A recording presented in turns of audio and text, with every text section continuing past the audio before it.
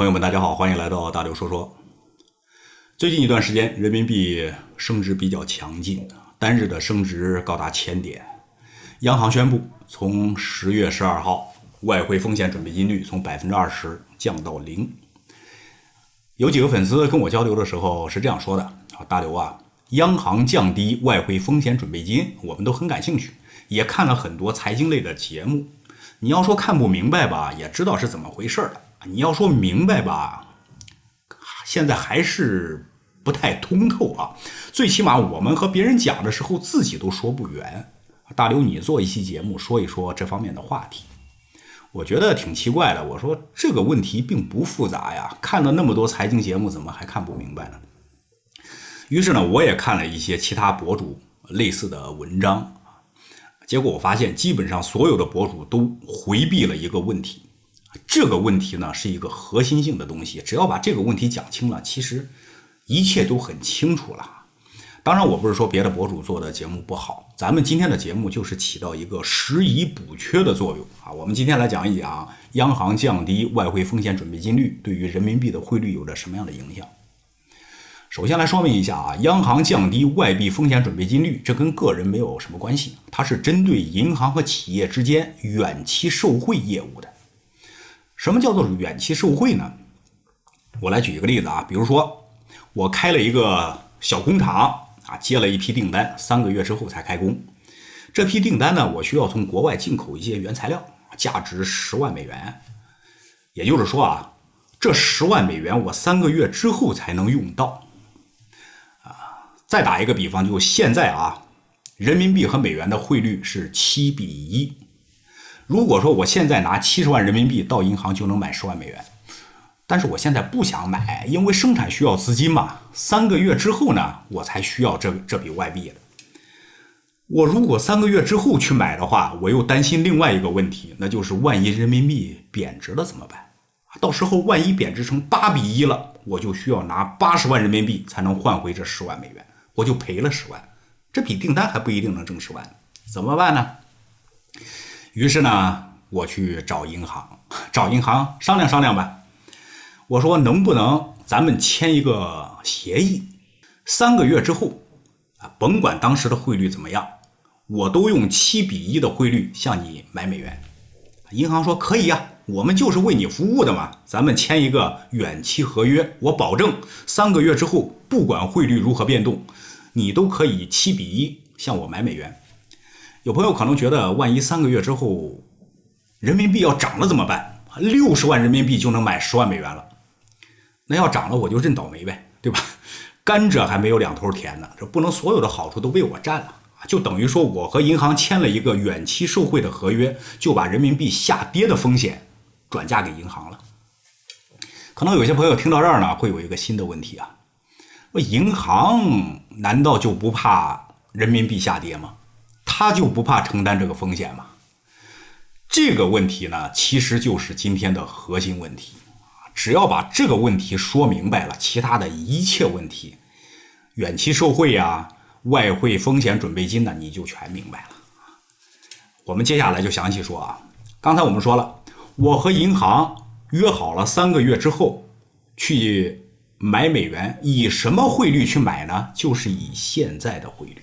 现在7:1， 3个月之后还是7:1。银行怎样去规避这个风险？很简单，我上午和银行签完远期受贿的合同，下午银行就会花70万人民币找央行把10万美元买回来，在这儿放着，等着我3个月之后去拿。3个月之后啊，即使人民币对外币跌到10:1，能怎么样呢？对银行没有任何损失啊。银行今天花了70万，3个月之后从我的手里收回来70万，这账就走平了。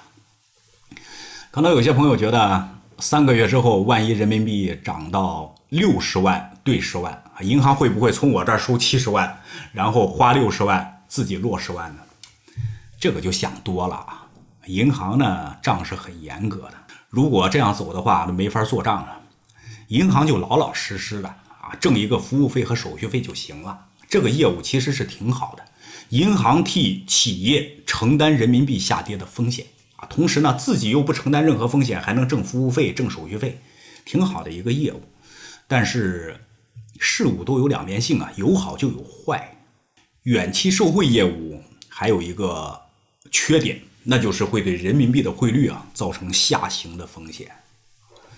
我们接下来讲这一块啊，刚才我们说了，企业需要外汇是一个远期的行为，有可能3个月之后用，有可能6个月之后，甚至1年之后才用。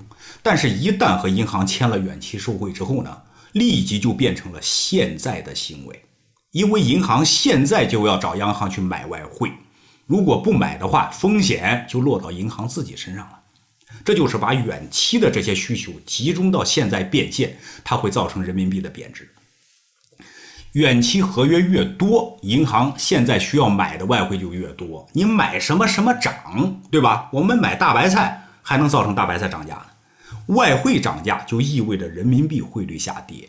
一句话总结一下，远期受贿合同签的越多，人民币越下跌。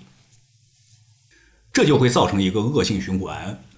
企业为什么去找银行做远期受贿合约呢？就是为了规避人民币的下跌。但是你一旦做了远期受贿，就会造成人民币下跌。别的企业一看人民币真下跌了，也跑到银行去做远期受贿去了。做远期受贿的人越多，人民币越下跌，越下跌就会促成更多的企业去做远期受贿，造成人民币的进一步下跌。这就是一个恶性循环。所以必须得有一种措施来规避这种风险。这个措施是什么呢？就是外汇风险准备金。外汇风险准备金的制度是央行在2015年制定的啊。这几年呢也是调整了好几次，但是不管怎么调整，就2个档位，一个档位是20%，另一个档位就是0。我们先讲一下调整到20%会造成一个什么样的效果啊？还是拿刚才的案例来举例子。